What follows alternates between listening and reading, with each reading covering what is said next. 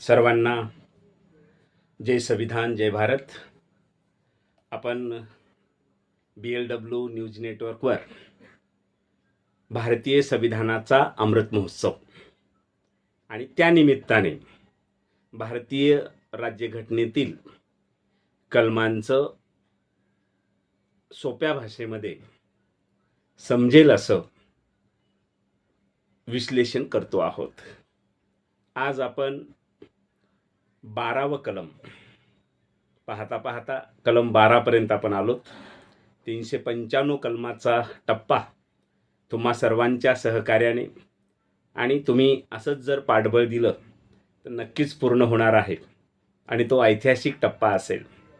21व्या शतकामध्ये भारतीय संविधानाच्या कलमाचा अन्वयार्थ सध्याच्या बदललेल्या परिस्थितीला धरून मांडणं आम्हास वाटतं काळाची गरज आहे. आज 12व्या कलमामध्ये काय सांगितलेलं आहे? 12व्या कलमापासून खरं तर आपण मूलभूत अधिकार या संदर्भातली अतिशय महत्त्वाची कलमं आपण इथून पुढे पाहणार आहोत. कलम 12 मध्ये राज्य कशाला म्हणायचं, त्या राज्यामध्ये कोणत्या कोणत्या गोष्टीचा समावेश करण्यात आलेला आहे हे कलम 12 मध्ये सांगण्यात आलेलं आहे.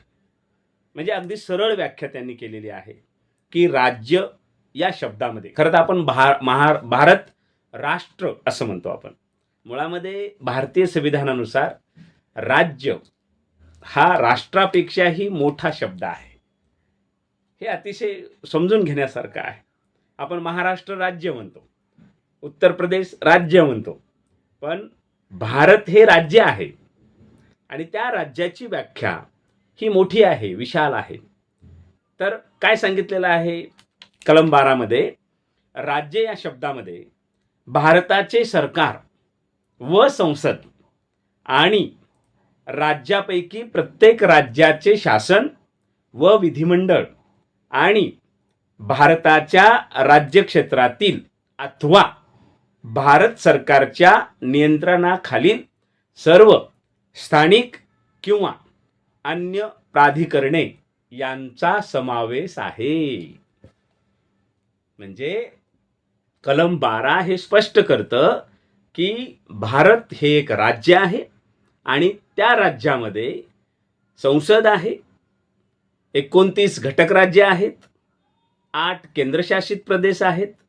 म्हणजे जवळपास दक्षिण ते उत्तर 3200 किलोमीटर आणि पूर्व ते पश्चिम 3000 किलोमीटर एवढं भूक्षेत्र हे भारत या नावात समाविष्ट आहे, ज्याला राज्य म्हटलं गेलं आणि ते भारतीय संविधानामध्ये कलम 12 नुसार सांगण्यात आलेलं आहे.